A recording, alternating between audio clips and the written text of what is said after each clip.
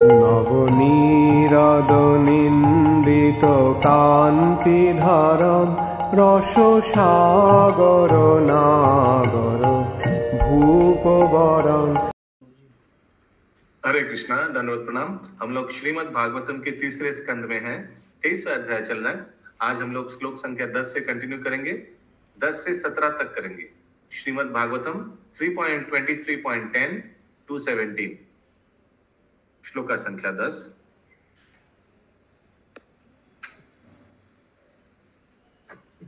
देवहूतिरुवाच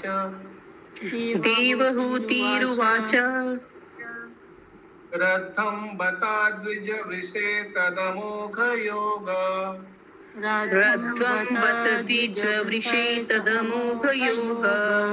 मायाधिपी त्वयि विभो तदवायमयि भारत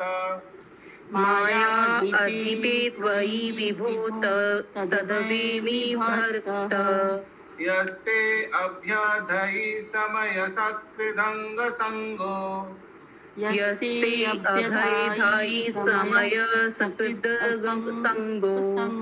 भूयाद दरयसि गुण प्रशावसतिनम्।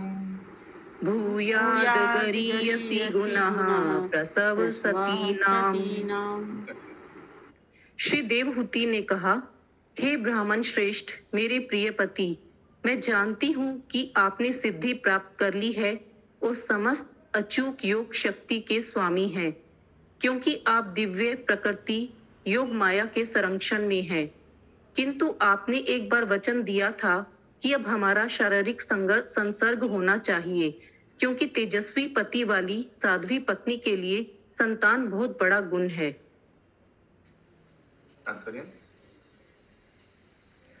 देवहूति ने अपनी प्रसन्नता बत शब्द द्वारा व्यक्त की, क्योंकि वह जानती थी कि उसके पति अति उच्च दिव्य पद पर योग माया की शरण में थे।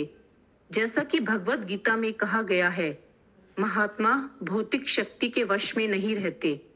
परमेश्वर की दो शक्तियां हैं, भौतिक तथा आत्मिक।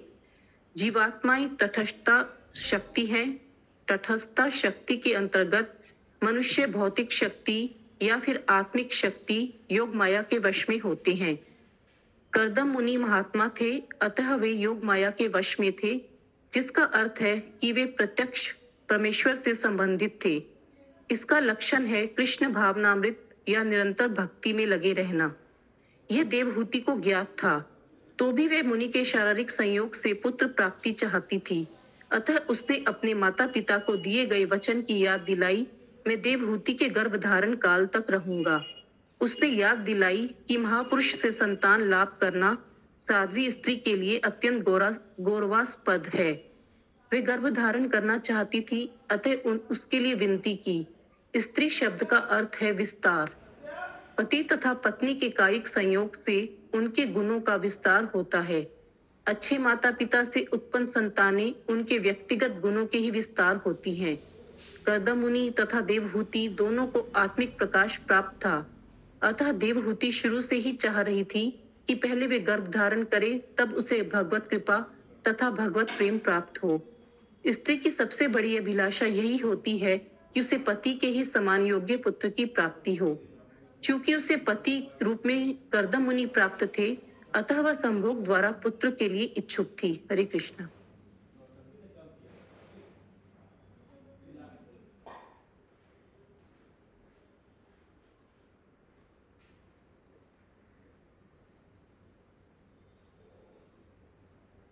किसी का कोई प्रश्न है?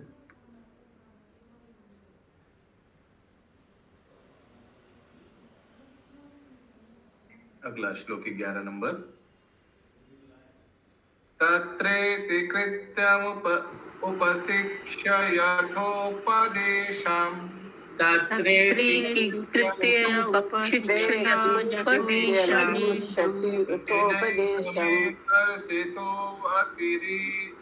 अतिरीरम स यत्मा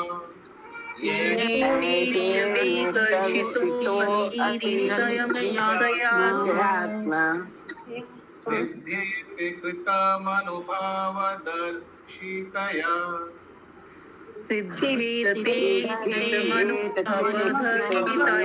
भवभर्षिताया दीनस्तदीश भवनं सदृशं विचक्ष्व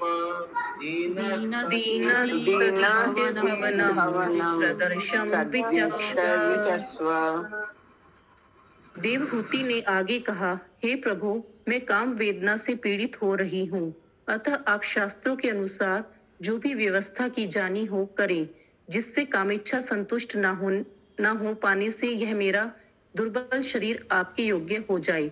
हाँ स्वामी, इस कार्य के लिए उपयुक्त घर के विषय में भी विचार करें।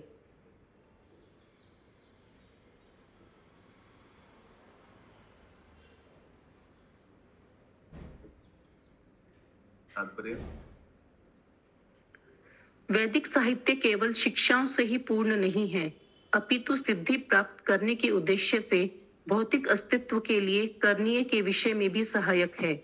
अतः देवहूति ने अपने पति से पूछा कि वैदिक शिक्षाओं के अनुसार विषय जीवन के लिए वह किस प्रकार अपने को तैयार करे। विषय जीवन का मुख्य उद्देश्य अच्छी संतान उत्पन्न करना है। अच्छी संतान उत्पन्न करने की परिस्थितियों का वर्णन काम शास्त्र में प्राप्त है। शास्त्रों में जिस जिस वस्तु की आवश्यकता होती है सब कुछ वर्णित है। कैसा घर हो, कैसी सजावट हो, पत्नी कैसा वस्त्र धारण करे, किस प्रकार उपटन, सुगंधी लगाए तथा अन्य हाव भाव बनाए। ऐसा करने से पति उसकी सुंदरता से आकृष्ट होगा और उपयुक्त मानसिक स्थिति तैयार हो सकेगी। तब संभोग काल की यह मानसिक स्थिति पत्नी के गर्भ में स्थानांतरित हो सकेगी और उस गर्भ धारण से अच्छी संतान उत्पन्न हो सकती है। यहाँ पर देवहूति के शारीरिक वैशिष्ट्य का विशेष उल्लेख है। वह अत्यंत कृशकाय हो गई थी, अतः उसे भय था कि हो सकता है वह कर्दम को आकर्षक ना लगे। वह जानना चाहती थी कि पति को आकर्षित करने के लिए शरीर को किस तरह सुधारे। जब संभोग काल में पति आकृष्ट होता है तो पुत्र उत्पन्न हो सकता है, किंतु जब पति पर पत्नी आकृष्ट होती है तो कन्या उत्पन्न हो सकती है। इसका उल्लेख आयुर्वेद में है। जब स्त्री की कामेच्छा प्रबल होती है तो कन्या के उत्पन्न होने की, और जब पुरुष की कामेच्छा प्रबल हो तो पुत्र उत्पन्न होने की संभावना रहती है। देवहूति काम शास्त्र में वर्णित व्यवस्था के अनुसार अपनी पति की कामेच्छा को प्रबल बनाना चाह रही थी। वह ऐसी ही शिक्षा चाह रही थी। साथ ही उसने विनय की कि एक उपयुक्त घर की भी व्यवस्था हो, क्योंकि जिस कुटी में कर्दम मुनि रह रहे थे वह अत्यंत सादी और सत्व गुण से युक्त थी, जिसमें कामेच्छा के उत्पन्न होने की संभावना कम थी। हरे कृष्ण।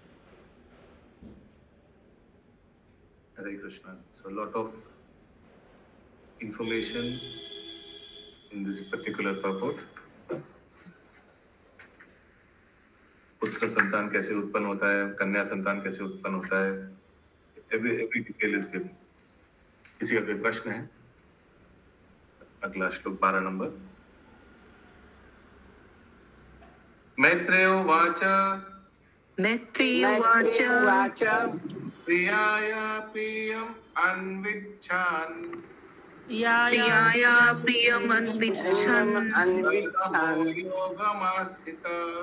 कर्दमो योगमास्थित विमानं कामगं शक्तस् एव विरक्तिकरात्।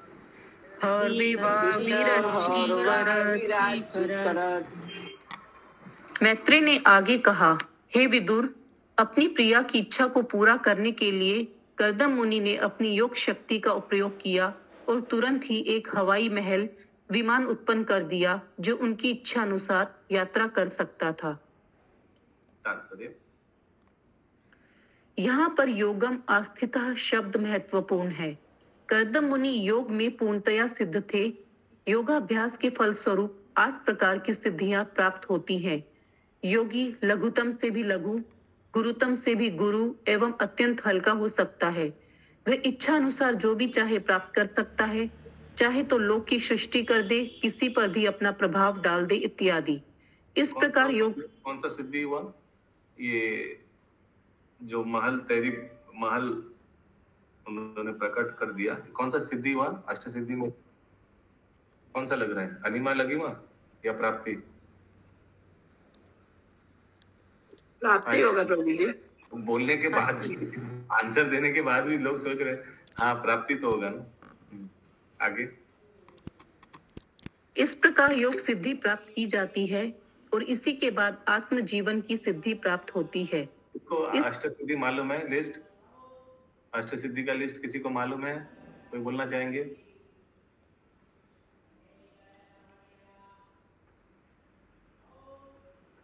अनिमा, लगिमा, गरिमा, प्राकाम्य, प्राप्ति, 5 हो गया। और कुछ छूट गया? जो क्या छूट गया पंकज प्रभु? क्या? वशिता, महिमा, महिमा, गरिमा, महिमा, प्राकाम्य, ईशित, वशित्व, प्राप्ति। Okay, good. क्या आपको याद था क्या? हाँ, बहुत पहले से याद है। Very good, very good. तो ट्राई कर रहे हैं क्या? प्रभु जी पेस्ट कर, नहीं चैट बॉक्स में लिख दीजिए ना एक बार। ओके, यस, कंटिन्यू माता जी।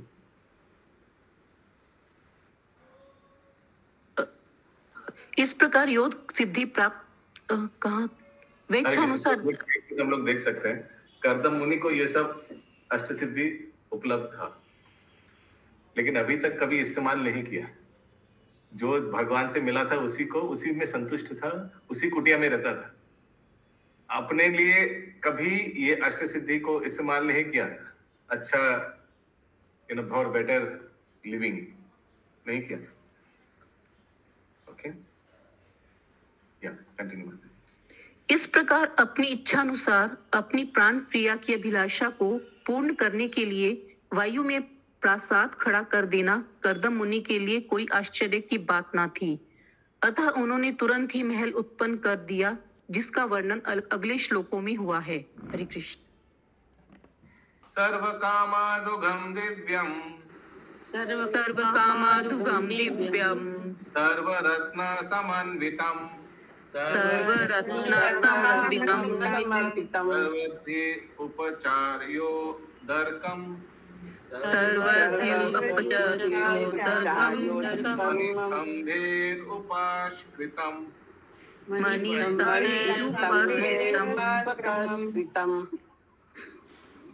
यह सभी प्रश्नों से जड़ित बहुमूल्य मणियों के खंभों से सुशोभित तथा इच्छित फल प्रदान करने वाली विस्मयजनक संरचना थी। यह सभी प्रकार के साथ समान तथा संपदा से सुसज्जित था, जो दिन प्रतिदिन बढ़ने वाले थे। It was equipped with every form of furniture and wealth, which tended to increase in the course of time. वाह, कितना सुंदर फर्नीचर! अपने आप बढ़ जाएगा। ये सब खरीदना चाहिए फर्नीचर। तात्पर्य, कर्दम मुनि द्वारा सुसज्जित प्रासाद हवाई किला कहा जा सकता है, किंतु उन्होंने अपनी योग शक्ति से सचमुच वायु में बहुत बड़ा प्रासाद खड़ा कर दिया था। हम लोगों की कल्पना में हवाई किला असंभव है, किंतु यदि हम ठीक से विचार करें तो ऐसा असंभव नहीं है। यदि श्री भगवान अनेक लोगों की सृष्टि कर सकते हैं, तो लाख लाख हवाई किलों का वहन करते रहते हैं, तो क्या कर्दम जैसे सिद्ध योगी के लिए हवा में एक किला बनाना कठिन है? इस किले को सर्व काम दुघम अर्थात इच्छित वस्तु को देने वाला कहा गया है। यह मणियों से पूर्ण था, यहाँ तक कि इसमें खंभे भी मोती तथा अन्य बहुमूल्य पत्थरों से बने थे। ये अमूल्य मणि तथा रत्न कभी क्षय होने वाले ना थे, वरन नित्य प्रति इनकी कांति बढ़ने वाली थी। हमने इस पृथ्वी पर भी ऐसे प्रसादों के बारे में सुना है। भगवान श्री कृष्ण ने 16,108 पत्नियों के लिए जो प्रसाद बनाए थे, वे मणियों से जड़ित थे, जिससे रात्रि में प्रकाश की आवश्यकता ही नहीं पड़ती थी। हरे कृष्ण। वैदुर्य मणि ना, ऐसा कुछ था ना जिससे पूरा आलोकित हो जाता था? किसी को याद है? वैदुर्य मुनि था क्या? मणि था क्या द्वारिका में? जो एनिवेज, वो तो उनके कंठ, उनके वैदुर मणि उनके माथे में रहता ना प्रभु जी। गले में कहीं था जिसमें वो रिफ्लेक्ट होता था और पूरा प्रकाशित ऐसे। कुछ मणि का नाम था जिसमें बहुत वो बहुत सेल्फ एफल्जेंट था। एनीवेज, अगला श्लोक। दिव्योपकरणोत्पेतम् सर्वकाल सुखावहम् सर्वकाल सुखावहं भक्ति का भी पताका भी पताकाहि विचित्राभिरलङ्कृतम् विचित्रगीताभिलङ्कृतम् शाग्भिर्विचित्रमाल्याभिः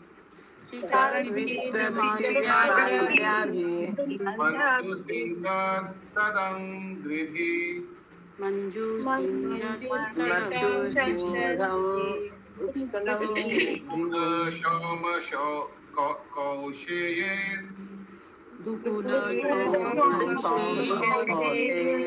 नानावस्त्रैर्विराजितम्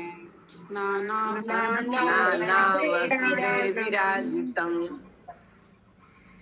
यह प्रसाद दुर्ग सभी प्रकार की सामग्री से सुसज्जित था और यह सभी ऋतुओं में सुखदायक था। यह चारों ओर से पताकाओं, बंधनवारों तथा नाना विधिक रंगों की कलाकृतियों से सजाया गया था। यह आकर्षक पुष्पों के हारों से, जिससे मधुर गुंजार करते भौरे आकृष्ट हो रहे थे, तथा लीलेन, रेशमी तथा अन्य तंतुओं से बने पर्दों से शोभायमान था। हरे कृष्ण। उपारि विन्यस्त निलयेषु पृथक् पृथक् पृथक् पृथक् कान्तम्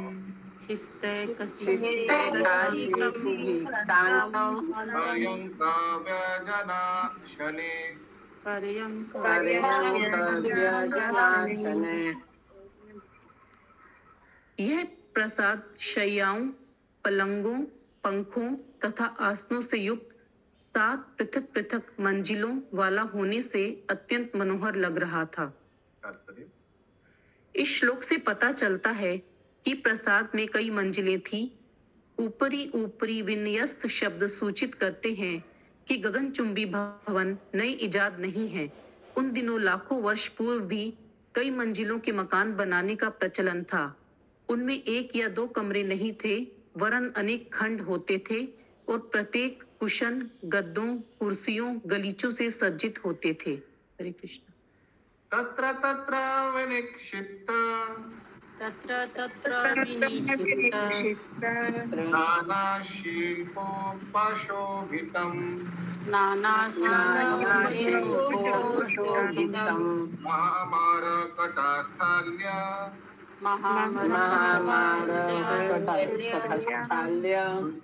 विद्रुम वेदिभिः।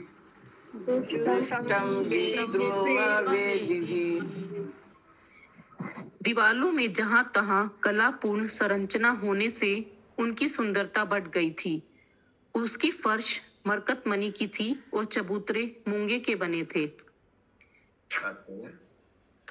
आजकल के मनुष्य को स्थापत्य कला पर गर्व है, फिर भी फर्शें सामान्यतः रंगीन सीमेंट से बनी रहती हैं। किंतु कर्दम मुनि ने योग शक्ति से जिस प्रसाद का निर्माण किया था, उसकी फर्श पन्ने की थी और चबूतरे मूंगे के थे। हरे कृष्ण।